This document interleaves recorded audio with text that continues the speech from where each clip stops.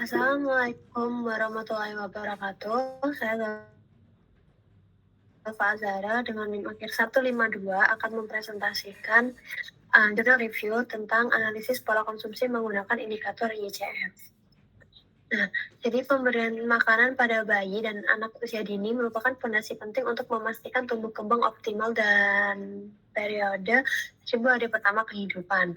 Panduan IECF menekankan bahwa praktik menyusui dan pemberian makanan pendamping ASI atau MPASI merupakan dua komponen yang saling berkaitan dan berkontribusi terhadap status gizi, kesehatan, dan perkembangan anak.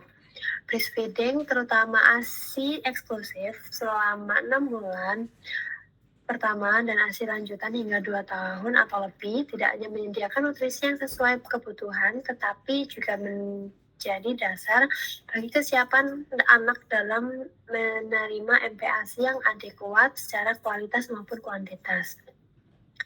Kualitas layanan edukasi juga menjadi penentu penting, yang mana menunjukkan bahwa telekonseling IECF dapat membantu ibu memahami praktik menyusui dan pemberian MPASI. Meskipun terdapat hambatan seperti keterbatasan visualisasi, teknik menyusui, dan akses teknologi. Temuan ini menegaskan bahwa intervensi berbasis komunikasi tetap diperlukan untuk meningkatkan penerapan IECF secara menyeluruh. Melihat pentingnya peran breastfeeding sebagai bagian utama ICF dan variasi konteks yang mempengaruhi implementasinya, diperlukan tinjauan lebih mendalam mengenai bagaimana praktik-praktik tersebut dijelaskan dalam penelitian terbaru.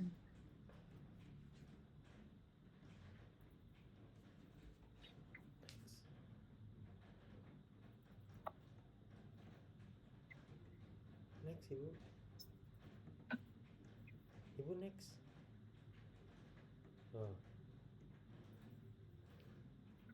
Berikut adalah ringkasan review untuk jurnal utamanya, yaitu Prevalence and Predictor of Complementary Feeding Practice Among Indonesian Children at age 6-23 months. Yang mana latar belakangnya praktik ICF anak 6-23 bulan masih belum optimal, terutama pada indikator keragaman dan frekuensi makan. Faktor sosial, ekonomi, pendidikan ibu serta aksinya menilai prevalensi indikator ICF, MDD, MMF, dan MAD, serta faktor yang mempengaruhi praktek MPASI pada anak 6-23 bulan. Jurnal pendukung satunya menggunakan eksklusif breastfeeding practice and source of supporting yang latar belakangnya ASI eksklusif sangat dipengaruhi oleh dukungan lingkungan. Pada masa pandemi, akses tenaga kesehatan terbatas sehingga peran keluarga menjadi semakin penting. Tujuannya mengetahui praktik ASI eksklusif serta sumber dukungan yang paling berpengaruh selama masa pandemi. Untuk jurnal pendukung keduanya menggunakan Counselor Experience with IECF Telecounseling yang latar belakangnya pembatasan layanan kesehatan saat pandemi mendorong penggunaan telekonseling. Namun, kualitas edukasi bergantung pada kemampuan konselor dan kesiapan ibu menerima konsultasi jarak jauh. Tujuannya menggali pengalaman konselor dalam memberikan telekonseling IECF dan mengidentifikasi hambatan serta kelebihannya.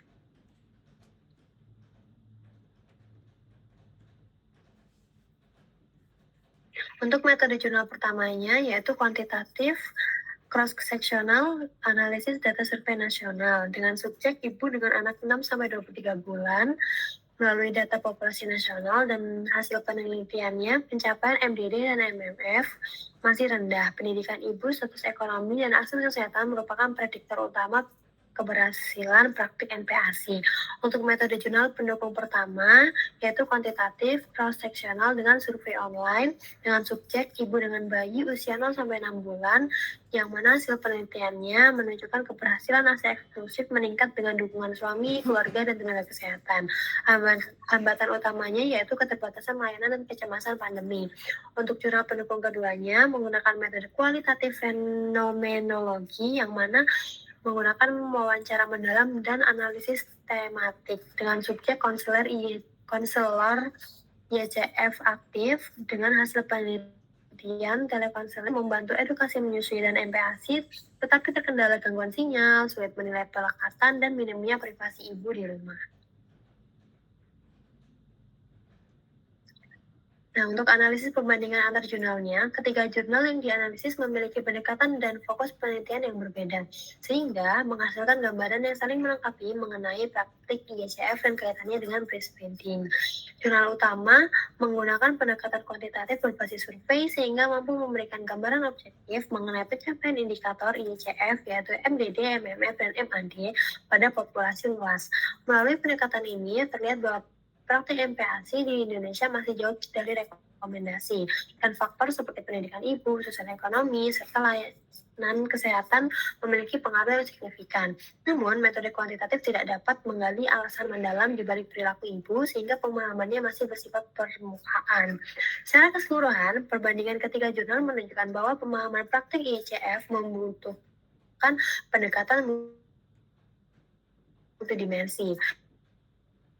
Jurnal utama memberikan gambaran pendukung pertama menyoroti peran breastfeeding sebagai fondasi IECF, sedangkan jurnal pendukung kedua menjelaskan konteks edukasi dan hambatan implementasinya. Kombinasi ketiga pendekatan ini memberikan gambaran yang lebih komprehensif mengenai tantangan dan peluang perbaikan praktik IECF di Indonesia. Untuk kelebihan dan kekurangan metode IECF sendiri, yaitu secara keseluruhan, perbandingan ketiga jurnal ini menunjukkan bahwa pemahaman praktik IECF membutuhkan pendekatan multidimensi. Jurnal utama memberikan gambaran kuantitatif mengenai rendahnya capaian indikator IECF. Jurnal pendukung pertama menyoroti peran breastfeeding sebagai fondasi IECF, sedangkan jurnal pendukung kedua menjelaskan konteks edukasi dan hambatan implementasinya. Kombinasi ketiga pendekatan ini memberikan gambaran lebih komprehensif mengenai tantangan dan peluang perbaikan praktik IECF di Indonesia. Namun, metode IECF juga memiliki beberapa kekurangan, yang mana penggunaan siklus 24 jam pada penelitian kuantitatif dapat menimbulkan bias ingatan dan tidak mencerminkan kebiasaan makan jangka panjang. Selain itu, metode survei online rentan terhadap bias pelaporan diri dan terbatas pada ibu yang memiliki akses teknologi. Sementara itu, penelitian kualitatif tidak dapat mengukur indikator IECF secara numerik, sehingga temuan tidak dapat digeneralisasikan ke populasi yang lebih luas. Dengan demikian, meskipun metode IECF efektif menggambarkan praktik pemberian makanan, interpretasinya tetap perlu mempertimbangkan konteks dan keterbatasan setiap pendekatan penelitian. Baik, mungkin itu presentasi dari saya. Terima kasih.